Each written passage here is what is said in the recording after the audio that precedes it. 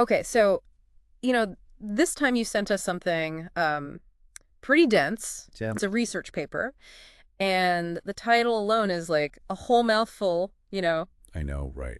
AI in a vat, fundamental limits of efficient world modeling for agent sandboxing and interpretability. Catchy. Yeah, catchy.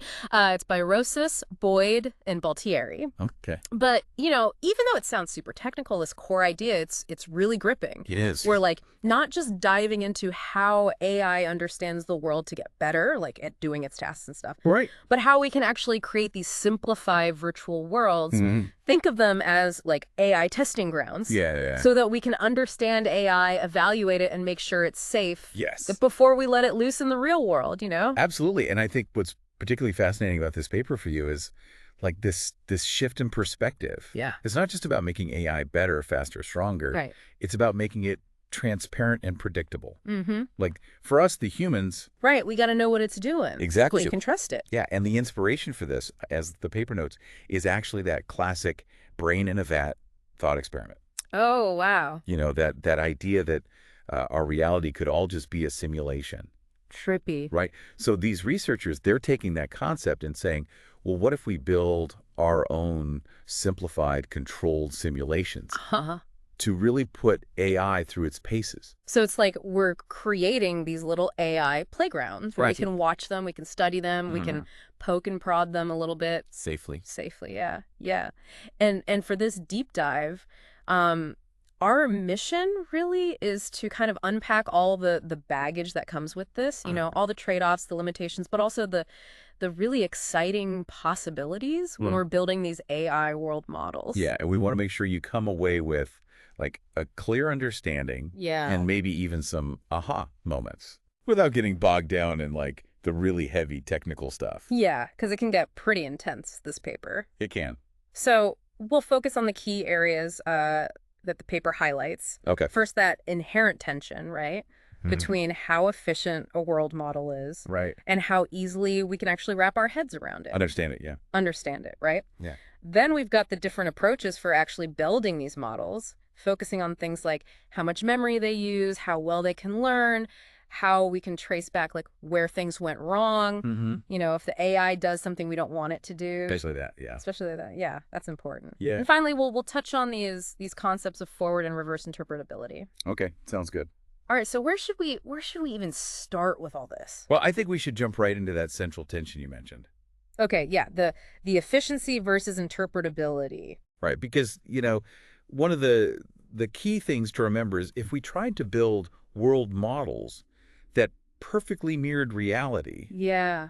they would require so much computing power, so much memory. It'd be insane. It'd be impractical. Like Totally. completely unusable. Yeah, like imagine trying to create a digital twin of the entire planet Oh my gosh, yeah. just to test if a new weather app works. Right, way too much. Yeah. So clearly we need some shortcuts. Yeah, we got to simplify things. And that's where this trade-off comes in. Okay. Because what the paper basically finds is there's this fundamental seesaw effect. The more we optimize a world model to be efficient. Meaning like faster, less resource intensive. Exactly. Yeah. The harder it becomes for us to actually understand what it's doing. Gotcha. So you can't have your cake and eat it too. Seems that way, yeah. It seems that way. You can't maximize both efficiency and interpretability at the same time. Yeah, so the paper, it talks about these things called generalized transducers as one way to achieve this like super high efficiency. Okay. And they use these things called quasi-probabilities. Quasi-probabilities? What is that? Yeah, no, it sounds a bit technical. Yeah. But bear with me. Hey. Basically, these are numbers that kind of behave like probabilities, Okay. but they don't follow all the usual rules. Okay. And get this, they can even be negative. Negative probabilities. Now that sounds like straight up science fiction. He does right. Yeah. But the advantage is, by using these quasi-probabilities, generalized transducers can become incredibly efficient in terms of memory usage. Oh, They can compress the world model significantly. so they're like really good at packing a lot of information into a small space. Exactly. Gotcha. However, here's the catch for you. Okay. It makes the model a lot harder for us to interpret. Ah. Okay, so it's like it's doing its thing, but we don't really know what that thing is. Yeah, because these quasi-probabilities, they don't map onto real-world events in a way that makes sense to us. Right. So the paper, it actually states that this can lead to an opaque world model whose trajectories cannot be sampled. Okay, so it's fast, it's lean, but it's a bit of a black box. Exactly. It's like having a super efficient engine, Yes. but you can't open the hood to see how it works. Perfect analogy.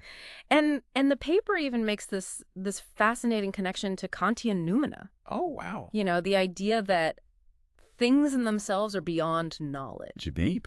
Yeah, so it's almost as if by making the model super efficient with these quasi-probabilities, we're pushing it into this realm that's just inherently difficult for us to understand. That's a great way to put it. Yeah, so the key insight here for you is that to make these virtual worlds run smoothly, use less memory, the models, they might have to employ methods that are just fundamentally opaque to us. Right. It's a trade-off, speed and scale, versus our ability to really know what's going on inside. Yeah, and this is where it gets interesting because if this high-efficiency, low-interpretability approach is one extreme, the researchers then go on to explore other methods that prioritize our understanding.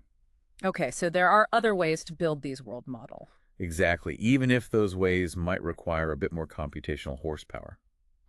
Okay, so let's move on to those then. Let's do it. Because, you know, we've seen the downsides of just focusing on efficiency, but now let's flip the coin, right? Yeah. Let's look at understanding what an AI can actually learn. This is where that whole forward interpretability concept comes in. It does. Right. Yeah. It's about building world models specifically to figure out what features an AI agent can pick up from its interactions in its little sandbox environment. Exactly. And to do that, the paper introduces these things called belief transducers.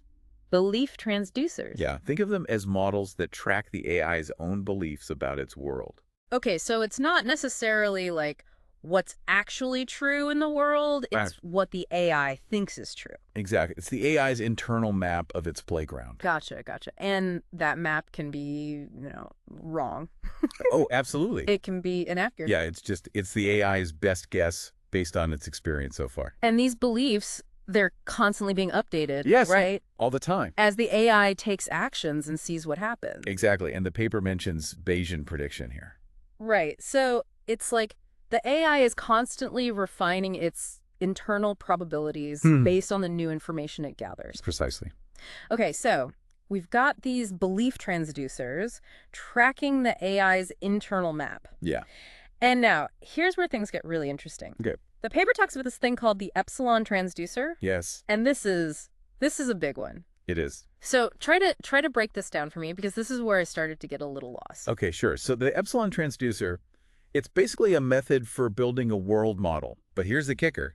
We're building it directly from the AI's interface. Okay, hold on, back up. What do you mean by interface? Right, good question. Yeah. So by interface, we mean the relationship between the AI's actions and the outcomes it experiences. Gotcha. So it's like what the AI does and what happens as a result. Exactly. Okay. So how do we actually build a model just from that? Yeah, that's what I'm wondering. Well, the ϵ-transducer, what it does is it groups together past sequences of actions and outcomes that always lead to the same predictions about the future. So if two different things happened in the past, but they both led to the AI thinking the same things about the future. Yes. The ϵ-transducer says those are actually the same thing. You got it. Okay, that's kind of trippy. It is a bit mind-bending. But interesting. So it's like it's focusing on what really matters for predicting the future and ignoring the stuff that doesn't change the outcome. Exactly. It's all about what's relevant for making those predictions. I see. And this leads to a really profound finding. Okay. The paper, it argues that the ϵ-transducer is the most efficient predictive world model possible. Wow. And it's unique. So there's only one way to build this optimal model. That's what the paper argues, yes. That's amazing. And what this means is, no matter how complex an AI's inner workings might be, if it's learning in the best possible way for making predictions, its understanding of that world will eventually converge to the structure of the ϵ-transducer. So no matter how smart it gets, there's a limit to how well it can understand this specific environment. In terms of the prediction, yes. Okay, now that is a real aha moment. It's like saying no matter how much you train a dog, there's only so much a dog can learn. Exactly. Right. It's bound by its dog brain. And we can figure out those bounds, those limits, Yeah, and we can figure out what those limits are. by building this ϵ-transducer.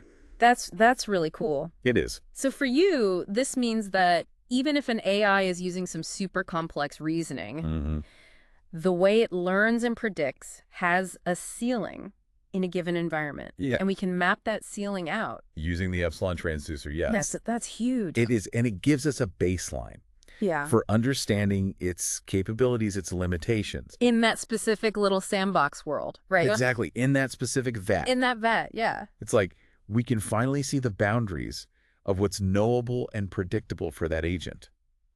That's really powerful. It is. And the paper even mentions some related concepts, Oh, yeah. like predictive state representations and instrumental states, which are kind of other ways of thinking about these models based on their ability to predict. Yes, they're all connected. Okay, so we've got this forward interpretability helping us see what an AI can learn and predict. Right. But, what about when things go sideways? Yes. What happens when the AI does something unexpected or maybe even dangerous? That's where we need to switch gears Okay. to reverse interpretability.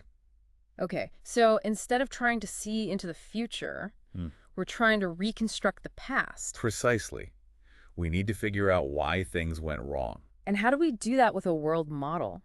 Well, the paper introduces this idea of reversible transducers. Reversible transducers, okay. Yeah, these are special types of transducers Right. that can be run in reverse.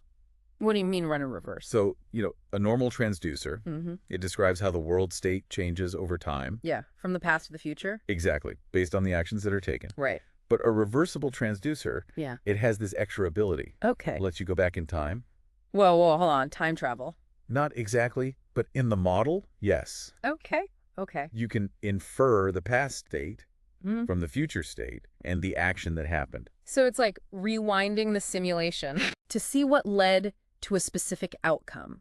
Precisely. And that would be super useful for troubleshooting AI behavior, right? Incredibly useful. Like if something goes wrong in our little AI sandbox, we can just rewind and see exactly what happened. We can trace the whole sequence of events. That's amazing. It is powerful. Yeah. But there's a caveat. Okay, there's always a catch. There is. Not all transducers are reversible. Oh, okay. So we can't always just hit rewind. No, because sometimes swapping the past and the future, it can break this fundamental condition called the anticipation-free condition. Anticipation-free? What's that? So for a model to be a good forward model, right? Yeah. The past shouldn't be influenced by the future. Okay, that makes sense. Yeah. But when we try to reverse things, that can get messy. So it's like if you try to figure out why a ball rolled down a hill, but the ball's final position somehow changed where it started rolling from. Exactly. Our reasoning would be all messed up. Right. That wouldn't make any sense. Yeah. So there are specific conditions that need to be met Okay. for a transducer to be reversible. Gotcha. So what are those conditions? So according to the paper, a transducer is reversible if the history of the current state only depends on the next state and the current action, Okay. not the entire future sequence of actions. So it can't be influenced by things that haven't happened yet. Exactly. Okay. And they give some examples in the paper, right? They do. They talk about memoryless transducers. Memoryless, meaning they don't remember the distant past. Precisely. They only care about the immediate past. Okay. And those are always reversible. Gotcha. Then there are action-agnostic transducers, Which means? which are essentially hidden Markov models, Okay. where the state transitions don't depend on the agent's actions. I see. And those are also always reversible. Okay, so there are these specific types of world models where we can reliably rewind. Yes. But what if our model isn't perfectly reversible? Right. Are we just out of luck? Not necessarily, because the paper introduces this idea of retrodictive beliefs. Retrodictive beliefs. Okay. Yeah, so even if we can't perfectly reverse the model, we can still try to estimate the probability of past states, given what happened in the future. So it's like we're looking at the aftermath Yes. and trying to guess what happened before. Exactly. It's like detective work We're piecing together the clues. to reconstruct the most likely scenario. And the paper introduces a tool to help us with this, right? Yes, the bidirectional mixed state matrix, or BDMSM. BDMSM. Okay, that's a mouthful. It is, but this tool, it allows us to calculate and update these retrodictive beliefs. So we can use it to figure out the most probable past states. Given the future events. And that could help us identify, like, the root cause of certain AI behaviors. Exactly, and even pinpoint potential danger zones. Danger zones. Yeah, like specific initial conditions or sequences of actions. Okay. That have a higher chance of leading to bad outcomes. So we can use this to make AI safer. Potentially, yes. That's really cool. It is. Okay, so just to recap, we've explored this trade-off between efficiency and interpretability in AI world models. We've seen how forward interpretability with the ϵ-transducer helps us understand what an AI can learn and predict. Yes. And we've delved into reverse interpretability with these reversible transducers and retrodictive beliefs. Right. Which give us the tools to investigate why an AI does what it does. Especially when things go wrong. Especially when things go wrong, which, let's face it, they probably will at some point. Yeah, that's why we're doing this. Right, exactly. We're trying to be prepared. And remember, this whole framework, it doesn't make any assumptions about how the AI actually works internally. So it's like a universal tool. It can be applied to all sorts of different AI systems. That's really important because AI is getting more and more diverse. It is, and more complex. Yeah, so we need tools that can keep up. Absolutely. And the paper, it actually gives us some guidelines. Yes, actionable guidelines. For building these world models. You base on what you prioritize. Right. So do you want efficiency? Or forward understanding or reverse understanding? You got to pick your poison. In a way, yes.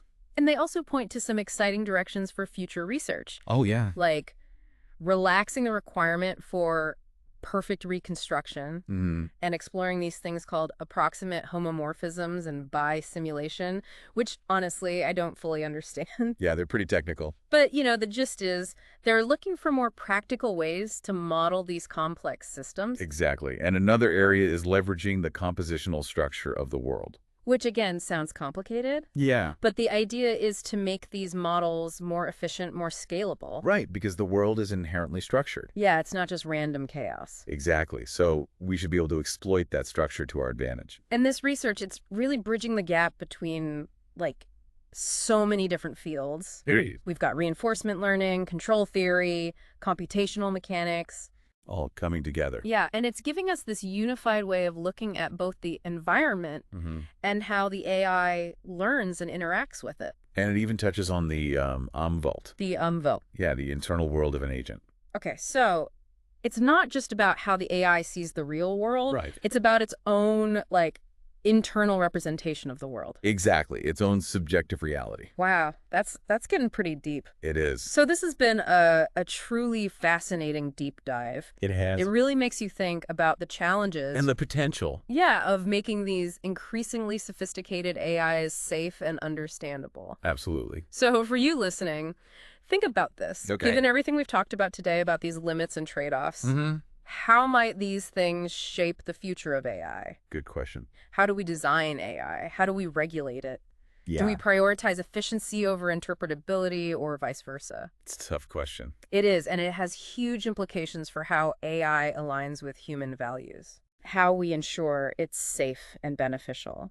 It's something we all need to be thinking about. Absolutely. So thanks for joining us for this deep dive. Yeah, thanks for listening. And if you're really interested in this stuff, we highly recommend checking out the original paper. Definitely worth the read. Yeah, it's dense, but it's really insightful. It is. Okay, till next time. See you then.